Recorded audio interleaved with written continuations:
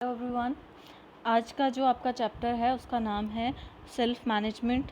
तो जो आप लोगों को यूनिट नंबर 1 है आपकी, वो टोटली कंप्लीट हो चुकी है एम्प्लॉयबिलिटी स्किल्स की। आज से हम यूनिट नंबर 2 स्टार्ट करेंगे। जो आपको नोट्स है वो मैंने ऑलरेडी सेंड कर दिए हैं, ठीक है। अब आप लोग लेक्चर्स को पूरे ध्यान से सुनेंगे। आपके 3 या 4 लेक्चर्स बनेंगे हार्डली इस यूनिट के, या फिर मे बी 5 भी हो सकते हैं। लेट्स सी कितना टॉपिक जाता है हमारा आगे, ठीक है। तो यूनिट नंबर 2 स्टार्ट करते हैं, सेल्फ मैनेजमेंट। अब सेल्फ मैनेजमेंट होता क्या है? सेल्फ मैनेजमेंट का मतलब क्या है? अब देखो, सेल्फ आप बोलते हैं ना, माई सेल्फ, ठीक है। सेल्फ मीन्स स्वयं, या जिसको आप बोल सकते हैं आत्म। आप बोलते हैं ना आत्मनिर्भर बनो, ठीक है। तो आत्म, स्वयं, मैं, ठीक है। सेल्फ मैनेजमेंट, मैनेजमेंट का मतलब क्या होता है? अगर हम मैनेजमेंट का हिंदी में मीनिंग देखें, हम किसी चीज़ को मैनेज कर रहे हैं, ठीक है। आपने मूवीज़ में बहुत बार सुना होगा, एक डायलॉग आता है, आई विल मैनेज, ठीक है। मैनेज करने का मतलब क्या होता है? मैनेज करने का मतलब होता है प्रबंधित करना। प्रबंधित करने का मतलब क्या है? कि आपने किसी चीज़ को ऑर्गेनाइज करना है। हम बोलते हैं फंक्शन को ऑर्गेनाइज किया गया है। ऑर्गेनाइज करने का मतलब क्या होता है? कि आपने उसको पूरी तरह से कंट्रोल किया हुआ है कि कौन सी चीज़ कब होगी। तो सेल्फ मैनेजमेंट का मतलब क्या है? कि आपने अपने आप को कंट्रोल करना है, अपने आप को ऑर्गेनाइज करना है। ऑर्गेनाइज करना मतलब आपने अपने आप को प्रबंधित करना है, ठीक है। तो अब जो सेल्फ मैनेजमेंट है वो करने की हमें ज़रूरत क्यों पड़ी? और सबसे इम्पॉर्टेंट बात है कि हम इसको पढ़ क्यों रहे हैं। मतलब अगर आप सेल्फ मैनेजमेंट पढ़ रहे हैं, आपके सिलेबस में सेल्फ मैनेजमेंट है, आप क्यों पढ़ेंगे उसको, ठीक है। अब फर्स्ट थिंग, जब भी आपकी संडे को, कल संडे है, तो आप लोगों की कल जो लाइव क्लास होगी उसमें हम और कम्युनिकेशन स्किल्स पे प्रैक्टिस करेंगे। तो जो फर्स्ट यूनिट आपने पढ़ी वो थी कम्युनिकेशन स्किल्स।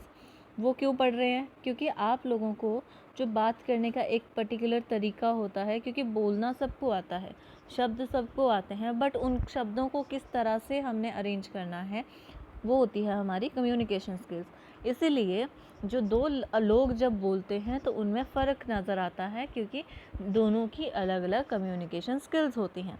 तो चलो, पहले चैप्टर का तो हमें समझ आ गया कि हमने कम्युनिकेशन स्किल्स क्यों पढ़ी। अब दूसरा चैप्टर है हमारा सेल्फ मैनेजमेंट। तो सेल्फ मैनेजमेंट हम क्यों पढ़ रहे हैं? देखो, आप लोगों को एक चीज़ देखा होगा, आपकी क्लास में 40 अराउंड बच्चे हैं, ठीक है। आप इतने टाइम से उनके साथ में पढ़ रहे हैं। कुछ बच्चे क्या होते हैं, कुछ बच्चे जो होते हैं अपना डेली का डेली काम ख़त्म कर लेते हैं। मतलब आज टीचर ने जितना मर्ज़ी होमवर्क दे दिया, वो कल को उसको कंप्लीट करके ही लाएंगे, ठीक है। अब कुछ बच्चे क्या होते हैं जिनकी इच्छा ही नहीं होती करने की, जो तो काम काम नहीं बैठते। बच्चे ऐसे होते हैं कि वो जाते ही सोचते हैं कि आज तो बड़ा सारा होमवर्क है, हम जाते ही उसको होमवर्क को करने बैठ जाएंगे। फिर भी वो रात तक उस होमवर्क को करने लगे रहते हैं और उनका होमवर्क कभी ख़त्म ही नहीं होता। तो क्या दिक्कत होगी? पढ़ने तो आप भी बैठे, सामने वाला बच्चा भी बैठ गया, बट एक का काम ख़त्म हो गया और दूसरे का काम तो ख़त्म ही नहीं हुआ। अब वो काम ख़त्म क्यों हो गया और किसका काम ख़त्म क्यों नहीं हुआ, वो कहाँ पे डिफरेंस आया? उसकी मैनेजमेंट स्किल्स पे, कि उसने अपना होमवर्क को मैनेज किस तरह से किया।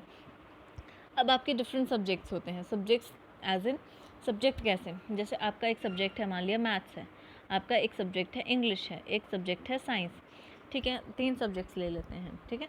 अब इन तीनों सब्जेक्ट्स का आपको होमवर्क मिला। अब साइंस के जो क्वेश्चन आंसर्स थे वो मैम ने क्लास में लिखवा दिए थे रफ़ कॉपी पे, आपको घर में जाके उनको फेयर करना है, ठीक है। इंग्लिश के भी क्वेश्चन आंसर आपको लिखवा दिए गए थे और आपको उनको फेयर करना है, ठीक है। मैथ्स के, अब मैथ्स के सारे क्वेश्चंस तो स्कूल में नहीं होते, ठीक है, क्योंकि क्वेश्चन क्या होते हैं, एक जैसे होते हैं, इसलिए आपको आधे क्वेश्चन घर को करने के लिए भी मिलते हैं, और वही होना भी चाहिए, क्योंकि जब तक आप मैथ्स खुद से नहीं करेंगे तब तक आपको आएगा भी नहीं। तो क्या हुआ, आपके 10 क्वेश्चन थे और 10 में से टीचर ने 3 क्लास में करा दिए और बाकी के मान लिया 7 आपने घर में करने हैं। अब एक बच्चा क्या करता है, ऑटोमेटिकली जब कोई काम आप खुद से करने लगेंगे तो वो क्या होगा, वो आपको टाइम लगेगा। अब एक बच्चे ने क्या किया कि जो ऑलरेडी काम हुआ पड़ा है, जो मान लिया साइंस का काम हिंदी में लिखना है और इंग्लिश का काम इंग्लिश में लिखना है, इंग्लिश में अब आपकी राइटिंग हिंदी में स्पीड से है, तो जो एक बच्चा क्या करेगा, एक बच्चा जो है वो उसको पता है कि मेरी हिंदी में राइटिंग की स्पीड ज़्यादा है, पहले मैं साइंस का काम फटाफट ख़त्म कर लेता हूँ, उससे क्या होगा, एक सब्जेक्ट का काम पूरी तरह से ख़त्म हो गया। ठीक है, फिर उसके बाद में इंग्लिश का काम जो है वो हुआ ही पड़ा है, तो मैं क्या करता हूँ, मैं इंग्लिश का काम भी उसको लिख लेता हूँ फटाफट से।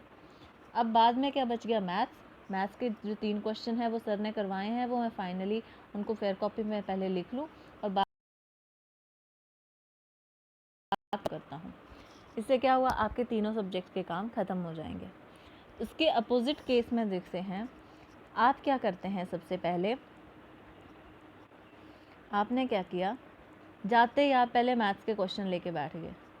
ठीक है, अब आपसे एक क्वेश्चन नहीं निकला, फिर दूसरा नहीं निकला, पहले वो 3 करने थे वो भी करने का मन नहीं किया, आपने सोचा पहले रफ़ कॉपी पे सारे सॉल्व कर लूँ, उसके बाद में मैं लिखूँगा। ठीक है, वो क्वेश्चन भी नहीं निकले जो 7 मिले थे, और आप यही काम करते करते आप बोर हो गए, और आपने वहीं पे नोटबुक छोड़ी, और शाम हो गई और बोला अब मेरे से नहीं होगा। उससे हुआ क्या, ना तो आपका मैथ्स का होमवर्क कंप्लीट हुआ, ना आपका इंग्लिश का हुआ, ना साइंस का हुआ, और पढ़ने भी आप रात तक बैठे रहे। ठीक है, तो ये क्या होता है, आपको मैनेजमेंट का नहीं पता चला। ठीक है, तो जब 2 लोग क्या करते हैं, 2 लोग एक ही काम को कर रहे होते हैं, बट एक आदमी जो होता है उस काम को बहुत अच्छे से कर लेता है, एफिशिएंसी से करता है, और दूसरा जो इंसान है उसको एफिशिएंसी से नहीं कर पाता है। अब मैं एक वर्ड यूज़ कर रही हूँ, एफिशिएंसी। एफिशिएंसी का मीनिंग आपने पता करना है। ठीक है, एफिशिएंसी, तो एक इंसान एफिशिएंसी से काम कर रहा है, दूसरा नहीं कर पा रहा है, वो क्या, कहाँ पे कमी है, वो है कमी उसकी सेल्फ मैनेजमेंट में। अब सेल्फ मैनेजमेंट तो मैंने आपको बता दिया कि होता क्या है। उसके अलावा सेल्फ मैनेजमेंट से आपको किस चीज़ की हेल्प मिलती है, सेल्फ मैनेजमेंट से आपके अंदर एक अच्छी हैबिट्स आती हैं। हैबिट्स कैसे आती हैं, मान लिया आप सुबह उठते हैं, तो सुबह उठने के बाद में फटाफट से आप अपना अगर बेड बना दें, मतलब जो आपने कंबल वगैरह लिया था उसको उठा दें, अपनी बेडशीट साफ़ कर दें, उसका ब्रश करके हाथ मुँह धो के तब आप अपना काम करना शुरू करेंगे, तो क्या होगा, आपने खुद को कंट्रोल कर लिया कि मैंने ये काम तो करने ही करने। अदरवाइज़ ये काम अगर आपने सुबह तक नहीं किए, सुबह सुबह, तो कई बार तो आपकी शाम भी हो जाएगी और आप मुंह नहीं धो पाएंगे। राइट, तो एक अच्छी हैबिट को डेवलप करने में, नई अच्छी आदत डालनी हो, तो आप सेल्फ मैनेजमेंट का यूज़ करते हैं। अगर आपके अंदर ऑलरेडी कोई बुरी आदत है, ठीक है, तो उसको भी निकालना है आपने, ठीक है, तो वो भी किसकी मदद से, सेल्फ मैनेजमेंट की मदद से आप निकाल सकते हैं। अब एक यहाँ पे एक वर्ड है, रीचिंग योर गोल, GOAL, गोल, इसको आप गोल पढ़ते हैं। गोल का मतलब क्या होता है, आपने देखा होगा फुटबॉल के मैच में बोलते हैं गोल हो गया। ठीक है, तो गोल का मीनिंग क्या होता है, सोचो ज़रा, गोल का मीनिंग क्या होगा। गोल का मीनिंग होता है लक्ष्य। गोल का मीनिंग क्या होता है, लक्ष्य। तो आपको आपके लक्ष्य तक पहुंचने में सेल्फ मैनेजमेंट हेल्प करता है। ठीक है, अब लक्ष्य किस तरह से मानेंगे, कई बार हम सोचते हैं मैंने डॉक्टर बनना है, अभी आप 9th में हैं, डॉक्टर बनना बहुत दूर की बात है। आपको हमेशा लक्ष्य जो हैं वो छोटे रखने चाहिए, कि इस बार अगर मैं 9th में, अगर मेरी ऑनलाइन क्लासेस लग रही हैं, आप मैनेज किस तरह से करेंगे खुद को, आप दूसरों से आगे किस तरह से निकलेंगे। इस टाइम चल रहा है लॉकडाउन, ठीक है, और आपको भी पता है कि आपके जो क्लासमेट्स हैं, आप खुद कितना पढ़ रहे हैं। इस टाइम में जो बच्चा अपने आप को मैनेज करके सारे होमवर्क को कंप्लीट भी कर लेगा, जितना हम लेक्चर्स आपको भेजते हैं उनको भी सुन के थोड़ा बहुत, मतलब 100% मुझे भी पता है कि आपको समझ नहीं आ सकता, ठीक है, आई कैन अंडरस्टैंड, बट अगर आप 10% भी उसमें से गेन करते हैं, तो आप उन बच्चों से 10 कदम आगे चले जा रहे हैं जो कुछ लेक्चर नहीं देख रहे।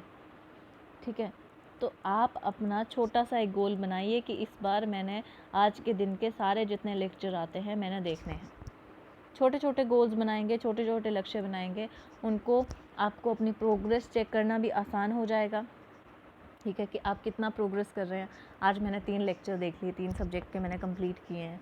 ठीक है, कल मुझे 3 देखने ही देखने हैं, कल भी 3 देखने हैं, उसके बाद 4 करेंगे। ठीक है, तो उससे क्या होगा, आप छोटे छोटे स्टेप्स से छोटे छोटे लक्ष्यों को प्राप्त करते हैं। राइट, अगर आप 9th में बैठे बैठे सोचेंगे मैंने तो डॉक्टर बनना है, ठीक है, होमवर्क आप कर नहीं रहे हैं, आपने लेक्चर देखे नहीं हैं, लाइव क्लासेस आप अटेंड नहीं करेंगे, तो कहाँ से डॉक्टर बनेंगे आप मुझे बताइए, ठीक है। तो आप खुद देखिए, आपको लक्ष्य छोटे रखने हैं, जो आपके गोल्स हैं। तो आगे से अपने लक्ष्य को, एम का मतलब भी क्या होता है, लक्ष्य होता है, और गोल का मतलब भी क्या होता है, लक्ष्य होता है। तो एक नया वर्ड आपने सीख लिया, राइट। उसके अलावा सेल्फ मैनेजमेंट से आप क्या कर सकते हैं, आप अपने चैलेंजेस क्या होते हैं, आपकी चुनौतियाँ, ठीक है, चुनौतियों को आप क्या कर सकते हैं, ओवरकम कर सकते हैं। चुनौतियाँ और डिफ़िकल्टी क्या होती है, मुश्किलें, परेशानियाँ। तो आप देखो, आजकल आप घर में हैं, अगर आप स्कूल आ जाते हैं तो भी काम हो जाता है। आप घर में हैं तो भी आप लोग क्या होते हैं, अभी लेक्चर देख रहे हैं, आप लोगों को उठा लिया जाएगा, ये कर दो, फलाना ये कर दो, ये ले आओ। उससे क्या है, वो आपकी एक चुनौती है, क्योंकि आपको लेक्चर देखने के बीच में 100 बार उठना नहीं है, ठीक है। एक कोई जैसे स्कूल में अगर आधा घंटा आपने लेक्चर में जितना आप पढ़ लेते हैं उतना आप घर में नहीं पढ़ पाते, वो एक चुनौती है, क्योंकि वहाँ पे आपकी सिटिंग नहीं बन पा रही है, ठीक है। तो जब आप अपने आप को इस तरह से अरेंज कर लेंगे, अपने आप में एक डिसिप्लिन ले आएंगे, तो आप इन सारी चुनौतियों को ओवरकम कर सकते हैं कि मुझे 3 लेक्चर के लिए एटलीस्ट तो टाइम निकालना ही है।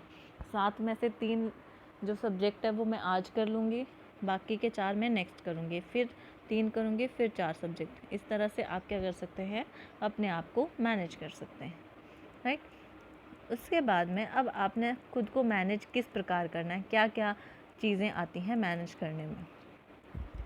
तो ये हमारे पास कुछ स्किल्स हैं जो हम नेक्स्ट लेक्चर में करेंगे कि हम लोगों को खुद को मैनेज किस तरह से करना है, ठीक है। वो हम नेक्स्ट लेक्चर में करेंगे। आज जो हमने किया है एक बार हम उसको रिवाइज़ करेंगे, ठीक है। सबसे पहले हमने क्या किया, सेल्फ मैनेजमेंट का मतलब होता है खुद को ऑर्गेनाइज़ करना, अपने आप को कंट्रोल करना, अपने दिमाग को, ठीक है, अपनी बॉडी को, अपने इमोशंस को, अपनी स्पिरिट को हमने कंट्रोल करना है। कई बार कुछ लोग ओवर थिंकिंग करते रहते हैं, ठीक है, तो अपने दिमाग को कंट्रोल करना है, ठीक है। कई बार आप लोग अपनी इमोशंस को कंट्रोल नहीं कर पाते, इमोशंस मतलब गुस्सा आना, ठीक है। कई बार बच्चे छोटी छोटी बातों पे क्या कर देते हैं, रो देते हैं, तो रो देना छोटी छोटी बातों पे, तो ये क्या है, आपके इमोशंस हैं, उनको कंट्रोल करना आना चाहिए। आपको बॉडी को कंट्रोल करना आना चाहिए। बॉडी को कंट्रोल करने का मतलब है कि जैसे कई बार क्या होता है, हम बैठे बैठे पैर ही हिलाते रहते हैं, ठीक है। अभी लेक्चर सुन रहे हैं तो कभी इधर हाथ लगा रहे हैं, कभी इधर पेन फेंक रहे हैं, कभी कुछ जो हाथ में आ रहा है उससे खेले जा रहे हैं, ठीक है। तो अपनी बॉडी को कंट्रोल करना आपको आना चाहिए, राइट। तो ये होता है आपका सेल्फ मैनेजमेंट, जिसमें आप खुद को कंट्रोल करते हैं। और खुद को कंट्रोल करने का मतलब है आपने अपना दिमाग, अपनी बॉडी, अपनी इमोशंस को कंट्रोल में रखा हुआ है। समझ में आया। अब सेल्फ मैनेजमेंट की इम्पोर्टेंस क्या है, आपको अच्छी आदतें बनाने में, गुड हैबिट्स, ठीक है, अच्छी आदतें बनाने में हेल्प करता है, बैड हैबिट्स को ख़त्म करने में मदद करता है, गोल्स, आपको लक्ष्यों को प्राप्त करने में होता है, आपकी लाइफ में जो चैलेंजेस हैं, डिफ़िकल्टीज़ हैं, चैलेंजेस मीन्स चुनौतियां हैं, डिफ़िकल्ट ओवरकम करने में मदद करता है, ठीक है। इसके अलावा एक और चीज़ मैं आप लोगों को बताना चाहती थी। जब हमने लास्ट में कम्युनिकेशन स्किल्स पे जो लाइव क्लास की थी, उसमें मैंने आप लोगों को 2 वर्ड्स के बारे में नहीं बताया था। एक तो ये वर्ड है, देखो आप लोगों की प्रोनाउंसिएशन, आई डोंट नो आजकल लोगों की प्रोनाउंसिएशन क्यों ख़राब हो रही है। जैसे अच्छा, एक ये वाला वर्ड देखो, ये ड है और ये द है, ठीक है। जब आप ड बोलते हैं तो आपकी टंग जो है वो रोल होती है, ठीक है। बोल के देखना एक बार, ड, ठीक है। जैसे डब्बा, ठीक है, डब्बा के लिए दूसरा ड होता है, पर स्टिल जैसे डाकिया, ड, ठीक है, तो ड। और ये क्या है, द है, ठीक है, जैसे मेरा नाम दीक्षा, ठीक है। अब या फिर दवात, कुछ भी, द। तो जब आप ये वर्ड बोलेंगे, जैसे अब देखो एक वर्ड मैं आपको बताती हूँ, ये ड और यहाँ पे मैं इसको दो को लिख दे रही हूँ। अब एक वर्ड है यहाँ पे,